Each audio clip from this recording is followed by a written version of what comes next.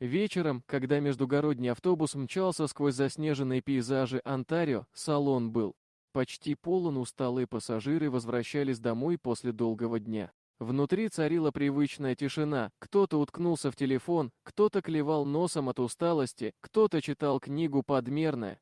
Покачивание транспорта. На одной из остановок в автобус зашел молодой мужчина с агрессивной манерой поведения, громкий, нахальный, с явным запахом перегара. Он прошел по проходу, оглядывая пассажиров с вызывающим видом, и уселся напротив старушки лет 70, маленькой, аккуратной, связанной шалью на плечах. С первых минут он начал вести себя вызывающе, то отпускал грубые замечания, то ехидно усмехался, глядя на нее. Старушка вежливо просила его угомониться, отводя глаза и стараясь держаться спокойно. Но это лишь подстегивало его, он чувствовал себя безнаказанным. Когда она дрожащими руками попыталась встать и пересесть, он схватил ее за руку, грубо толкнул обратно на сиденье и ударил по щеке. В салоне повисла тяжелая тишина. Несколько человек поспешно отвели взгляд. Кто-то сделал вид, что не заметил. Кто-то прибавил громкость музыки в наушниках. Казалось, никто не собирается вмешиваться. Хулиган, почувствовав, что может делать все, что захочет, усмехнулся. Но внезапно с другого конца автобуса поднялся мужчина. Высокий, широкоплечий, с военной выправкой, по нему сразу было видно, этот не из тех, кто отводит взгляд. Он медленно прошел по проходу, не говоря ни слова. Хулиган.